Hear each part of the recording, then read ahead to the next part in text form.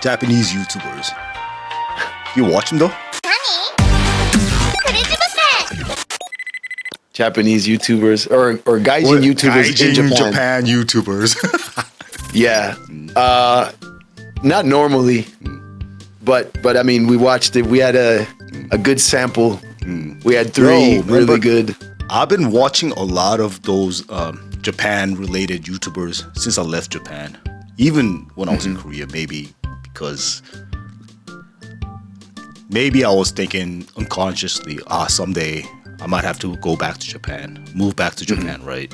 So most of the time I was just curious, like what's going on in Japan. You know, try to stay up to date with Japan things, I guess.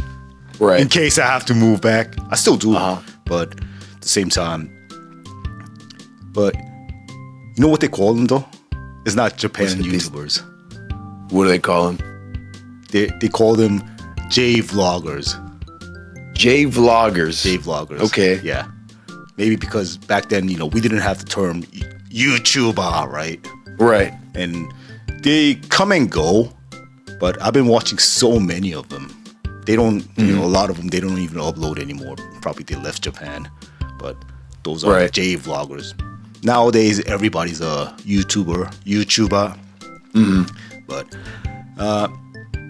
a lot of YouTubers back then, we didn't even call them YouTubers, so J vloggers. The difference is nowadays, this is how I differentiate Japan YouTubers and J vloggers. Japan YouTubers, they're more like they focus on touristy stuff or the meme stuff, right? Like anime, like Shibuya shopping, Akihabara tour, you know, sushi ramen, stuff like that. Konbini stuff. Oh, look, I got poke. Look, I went to Japan and did this. I rented a Japanese girlfriend. Those are Japan YouTubers. And J vloggers, pretty much the dudes we watched. Just regular Gaijin dudes. Like I always say, Japan, the surface level Japan is what most Gaijin see. Anime, drama, J-pop, you know, Akihabara, sushi ramen, those things. And there's a ground level, ground level Japan. A regular, you know, Japanese. Just a country. Just a country. Living everyday life, try to make it. And there's an underground, which is, you know, pretty, you know, the seedy stuff. Right. Underground music, you know, the subcultures and stuff, right? But J vloggers, they pretty much, you know, they're the ones they talk about the ground level Japan. Actually, you know, the actual everyday life topics, you know, social issues, Gaijin struggles you will run into if you live in Japan as a regular, normal Gaijin, I think. So to me, that's what you know, how I see and how I divide them, Japan YouTubers and J vloggers. J vloggers. So I mean, but again, like I said, a lot of them, they're gone. So we picked 3 J vloggers, right? So let's talk about them. So yeah, I wanted to ask you, between J YouTubers or whatever, Japan YouTubers and J vloggers, which did you find more interesting when you were watching? I like them both because just different they styles. all have their purposes and stuff. Right. I mean, the Japan YouTubers, we already know those things, and J vloggers are more like everyday life stuff. So I think, you know, to hear people's actual opinion about living in Japan, as a normal Gaijin, I always find those more interesting because everybody's opinion is different, right? So and the length they stayed in Japan, they're all different too. So it depends on that too, you know. You know, it's always different, you know, perspectives and, you know, opinions. So I always found, you know, those J vloggers more interesting. Yeah, that's something, watching these videos, you know, doing the homework for this video we're doing today. It made me think a lot about that. Like I said, I never watched any YouTube, Japan vloggers or YouTubers or anything. And, you know, doing this, I realized, like, I don't know, maybe I'm not as interested in other people's experiences and stuff, because when I watch them, I'm like, I don't know, maybe I'm a judgmental, horrible person, but like when they complain about stuff or they say like, oh, I just realized things are like this. I don't choose my own reaction to these things, but I am cognizant of my reaction. And my reaction is, you're stupid, or how do you not know that? And the answer is, they're not from there. I get it, but I also wasn't from there. And there's certain things that I could at least, like, understanding how Japanese people are, I could at least foresee, like, okay, if you do this, this is going to be your outcome. It's not going to be a good one, so don't do that. And, like, I guess, I don't know, I think at the end of the day, I must be just a horrible, judgmental person because I see these things coming. I listen to their stories, and I can already guess what they're going to say. And I'm just like, and so I don't find it entertaining. I find it really aggravating and upsetting. And so, you know, researching for this video, and you know, I watched a bunch of videos and stuff, and you know, there's interesting things we're going to talk about, which is cool, you know, and like there's similar, you know, there's like similar experiences I've had, and then there's been the opposite of that. Right. But the process of listening to their people and what they've gone through and stuff was grueling. Again, maybe I'm just an asshole, but like I don't enjoy listening to foreigners tell me about how they dealt with stuff in Japan. Right. It's just a personal thing. I just don't like it. And like, I don't know. I wonder why. What's that? You know what I also think it is? What's that? Because before we went to Japan, we had Japanese friends, actual friends, in person. But a lot of these guys, what I think is, you know, they research on YouTube or Google.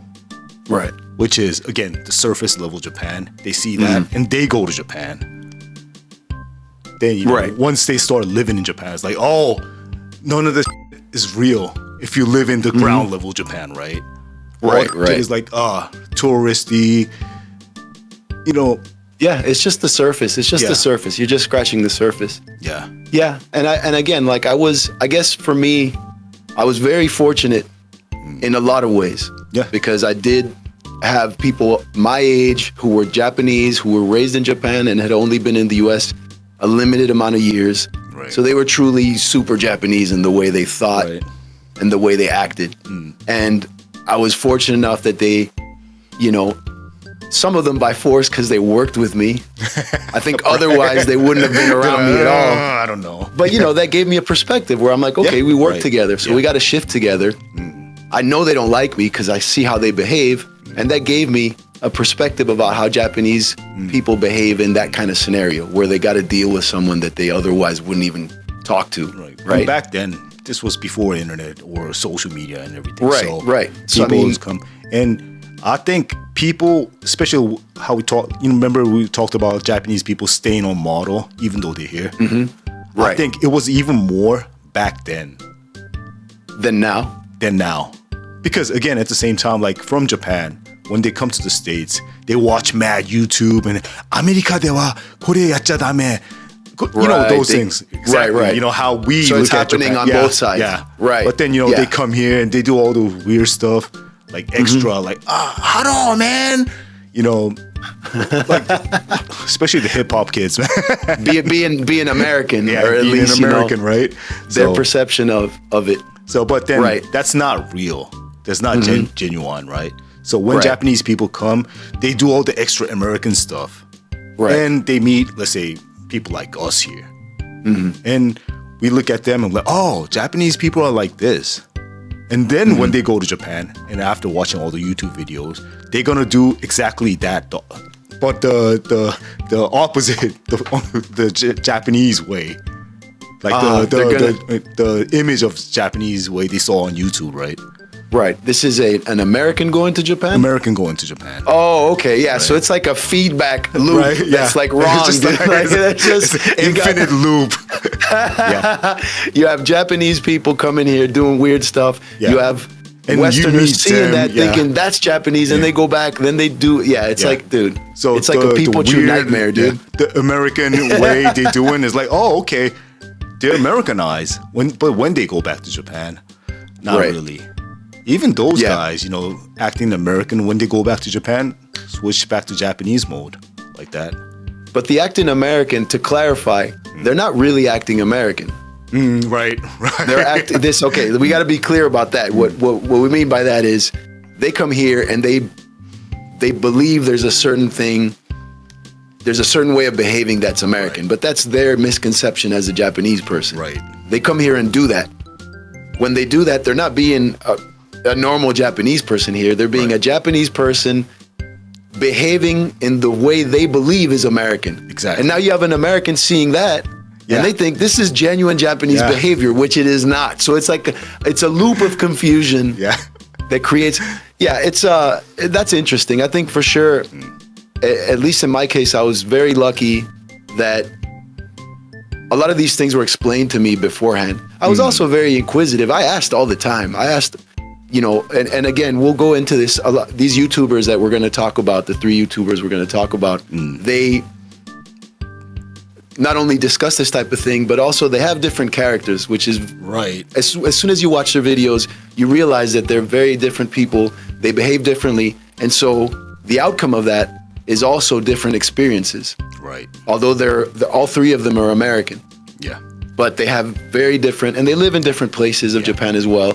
They have different outcomes. Yeah. But watching that, I guess it's just the analytical part of my brain where I'm listening to them and kind of like seeing their character. I can't help but do that. I write stories. So stories are all about character. Right. Manga is all about character. Right. You might like the action or the style or whatever, but a manga series that does really well, it's usually because the readers are really into this character and they want to see their progression throughout the storyline, right? So character is really important to me, but that's just a reflection of real life. And watching these 3 characters and talking about their experiences and living in Japan, I look at like they have certain tendencies and certain ways of expressing themselves. Yeah. And in my mind, I'm thinking, okay, if they're talking to a Japanese person, and of course, they also have different levels of Japanese knowledge. Yeah. Right? Yeah. Which has an effect on everything. Everything. Exactly. Your ability to make friends, your ability to like navigate situations of all sorts. Right. And so I think that's also kind of like I've become impatient or I get aggravated because I'm like, what are you doing? Like, no, like why? Yeah. Or why do you think this is going to have the outcome you think it's going to have? Like, what gave you that idea? All these like, years, why do you think that happened to you? Right. So, yeah. But again, I think maybe I think that way because, again, I was fortunate enough to have a group of people around me that would openly tell me, like, hey, this is how we do things in Japan. I got to say one thing, right? And I'm not sure if it's a thing. No, I was going to say I wasn't sure if it was a thing about Japanese people living abroad, talking to people, Westerners interested in Japan, or if it's just a Japanese person in general behaving this way. But I think it is a general Japanese thing that if you show curiosity in their culture and in their country and their language or whatever the case may be, they will offer up valuable information to you. Right. And yeah. Japan being a homogenous culture, they say, we Japanese, we do this. Yeah. Like they really generalize in a way that maybe Americans cannot do ever because Japan... みんなこうだよ. Right. They're like, 日本人はこんな感じ. Yeah. 日本人はこれが好き. 日本人はこれは嫌. They just say it like that. Right. They're like, Japanese people like this, like that. Obviously, not everybody's the same. But as a culture, they all try to be as... Under one umbrella. Under one umbrella, try to be as close to everyone else as possible to not stick out. And that's where you get, the saying, the nail that sticks out gets hit by the hammer. Nobody wants to get hit by that societal hammer. So we're all going to try to be around the same. But in general, I mean, again, I've always been super inquisitive about stuff. When I lived there, I would ask stuff constantly. Right. And they would tell me. And I also realized this before going. And part of it is maybe because as an American kid moving to Argentina with my family, when I went there when I was 5 and I understood Spanish because my mom, who's from Argentina, spoke to me in Spanish as a kid. But living here, I realized that people looked at us when we spoke in Spanish. So my mom told me as a kid, I was like, speak to me in English. She hated that. But, I just didn't want to stand out and be looked at, so I would just talk to her back in English. And I think that's probably a regular thing for second generation kids or growing up especially here. in the States, in the US, right? Yeah. So when I went to Argentina, I had a gringo accent in Spanish. Mad right gringo. when I first got there, right? I mean, that went away like super quick because I was a kid and like, you know, and you know, you learn languages pretty quickly. Quick, right. But I realized that being able to talk, you know, I knew, you know, nobody's dad looked like my dad. My dad is Jamaican. He's a black guy. So there were like not a lot of black people in Argentina. And I realized that immediately my family was different. But I also realized that if I spoke like everyone else and like, you know, sounded like everyone else, like nobody had any idea, right? Right. So the minute I realized, okay, I need to learn Japanese, like I want to draw manga and like, I don't want to do superhero stuff. And, you know, and I was a maniac. I was like, okay, I'm just going to learn a new culture and a new language to do what I want to draw, which is crazy, but I'm glad I did that. I was like, okay, I need to learn this language as best as I can, possibly, right? Yeah. And Same. I think anybody who wants to go live in Japan, and these guys talk about this stuff too. I realized this even before going because I had the experience of going to Argentina as a foreigner to a different culture with a different language and a different people. And I was like, I had that experience. So Japan, I was like, okay, I definitely need to be able to speak to people or this isn't going to happen. Yeah. Same. Me. Yeah. Again, my dad did not look like anybody else's dad. Because my family in Brooklyn. Was like, probably like the only Asian family. It's big, luxurious apartment complex. So same thing. When I went to Korea, I couldn't really speak Korean because I grew up in Brooklyn. It's not like kids in LA. They speak like fluent Korean here. I thought they were all fobs, but they weren't. Like a lot of these kids, they never even been to Korea. Right. You know, like you speak that fluent. I was like, wow, I was blown away. But when I went to Korea, I couldn't speak. So I went to international school, which was too expensive. So I just went there for a month. Then it was like, oh, my dad's like, guess what? Korean time. So I went to, but again, when you're a kid, you know, they're all friends. You know, was laughed at. People call me baka. This dude is slow. And I was supposed to be a smart kid back in Brooklyn, but I went to Korea. I'm like super dumb. I'm like, me no Korean, me no speak Korean type stuff. Right. And everybody was laughing at me. But again, like we're all kids. We were all kids. So, you know, you get along, you know, play. Back then we played outside, surprisingly so. And you had to communicate in person. Surprisingly, the lost art, right? But that's how you pick up. That's how I picked up Korean. And to me, moving to Japan, I mean, I already had some background. My daini gaikugo, my second foreign language was Japanese because I already knew how to read, and so that's why I already knew how to read and kind of understand. Like my kikitore was already good, and watching all these animes, reading all these mangas, watching drama, J-dramas.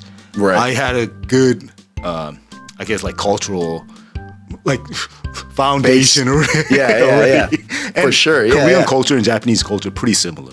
They say like different things are super different, but pretty similar. Just like the post I sent you. Korea is Japan. Oh, right. China in the middle. In the middle, right? Yeah. It's pretty accurate. It's pretty accurate. So, I mean, going to Japan or even to China.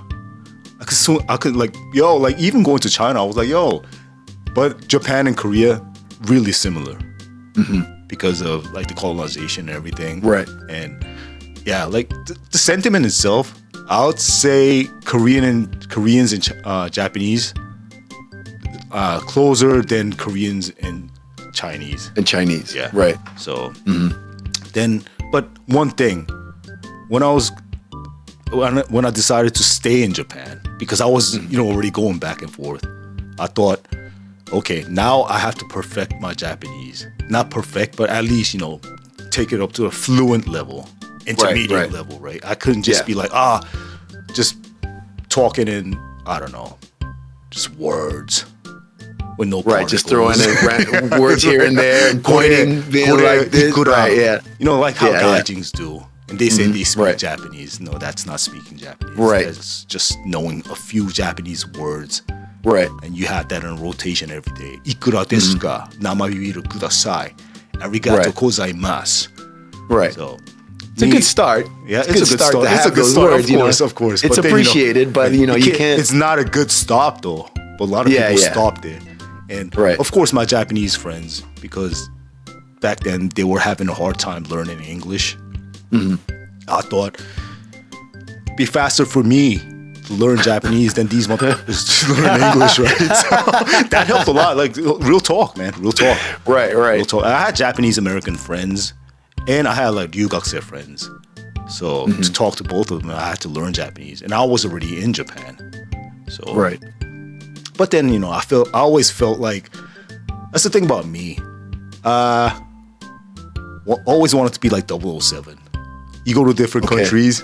Off the plane, he speaks that language mad fluently. Gets all the girls there too. So I'm like, that's what I'm gonna be. So to me, like it was, I had to speak Japanese. Just it wasn't even these YouTube videos, man. Do you need Japanese to visit Japan? Do you need Japanese to That's a live quick in video. Japan? Yes, cut, done. Right. Well, it depends on what you want to do in Japan. But I mean, if you really want to live in that country and understand it and its people, it naturally you're gonna have to. If you just want to be there and be an eternal tourist, and just buy kombini food and just shop, and then because there's people who do that in Japan. No, because if that's what they because of smartphones, people are like, oh, I know this spot. So right. That's again still surface level Japan. Yeah, I mean, I just never wanted to do that. That's why I learned before even going, is because I wanted to understand. I guess until that point, that would have been the first time I ever went somewhere else and just didn't know what was going on. And I'm obviously visibly not from there. You can't play it off like you can in the US. Any tourist can come here and look like they're American. Because Americans look like whatever you want, right? Plus all these different languages, right? So it's okay. Maybe he's an American, but he grew up in a Chinese neighborhood, or like a Russian neighborhood. So his English is his second language. But in Japan, that's not the case.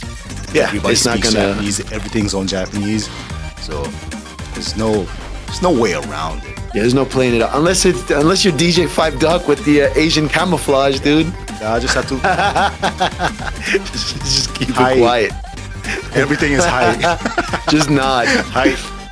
That's one thing I guess we should say in Japanese, like because the whole honne tatemae, like true feelings versus what you say, for the general, social norm. A lot of people are just very lazy to even, you got to use keigo, which is like the honorific, like, polite way of speaking, which, not everybody in Japan commands that really well. A lot of people are just like, I'm not going to say anything. Kamoku. Just a person of very few words.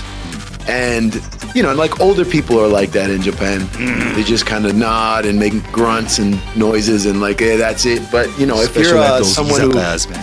Right, yeah. But, if it's I noticed too, I've seen Gaijin over there that like their Japanese proficiency wasn't up to snuff, but they would play it off by being that character, just be the kakkoi Gaijin. Just being like, so da ne.